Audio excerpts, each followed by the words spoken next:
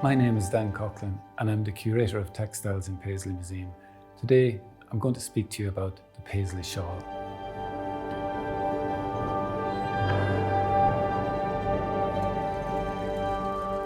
Paisley is a town in southwest of Scotland, about 7 miles west of Glasgow, and the shawls that were produced there in the town during the 19th century are all called Paisley shawls. And this is just one particular type of a Paisley shawl.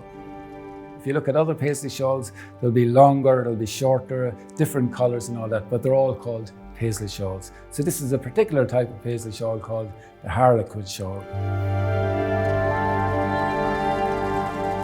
A shawl is simply a length of fabric which is folded and worn over the head and shoulders, sometimes just worn over the shoulders. It's worn all over the world. All the different cultures of this have different types of shawl.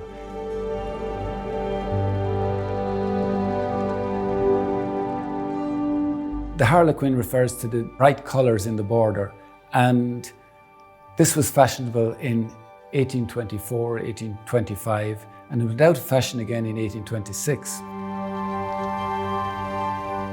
The decoration is called the harlequin decoration, and the actual shawl itself is called a turnover shawl. And the reason it's called a turnover shawl is because when it's folded over so that the woman wears it in a triangular form, it falls in such a way that you don't see the back at all. You see the good borders, and the back of it is then hidden so that the person looking at the shawl sees all these beautiful colours and not any of the back of the shawl. The characteristic of this shawl is that the bright colours are on the border but not in the centre. The centre is usually woven from spun silk, and the borders are woven separately on another loom and then sewn onto the sides of it.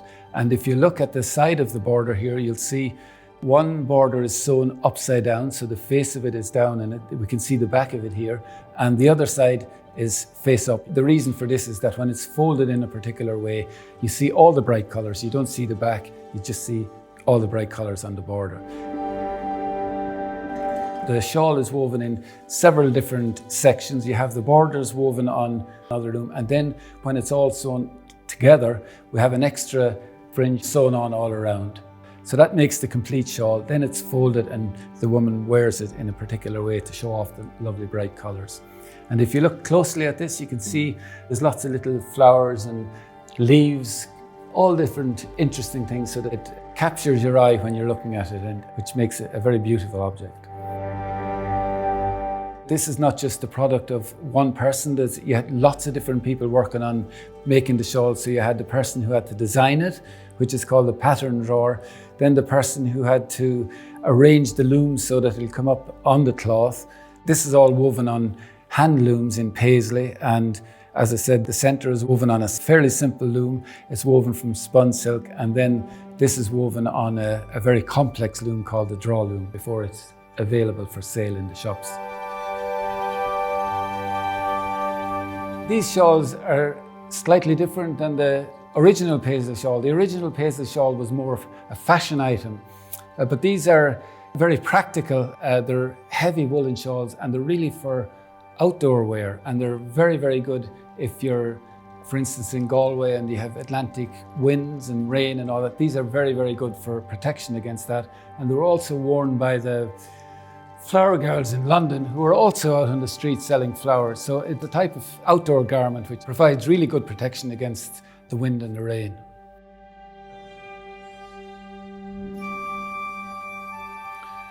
These two shawls were also woven in Paisley, the same as the harlequin shawl, but there's 100 years in the difference. The harlequin shawl was woven in around 1824, whereas these are woven in the late 19th century and right up to the 1940s. These are called the velvet shawl or the fur shawl because they had a fuzzy surface on them. In Ireland, they're called the Galway shawl because they were very fashionable in Galway, and Galway was one of the few places in Ireland where many women wore these Paisley shawls. There are fewer colours in them.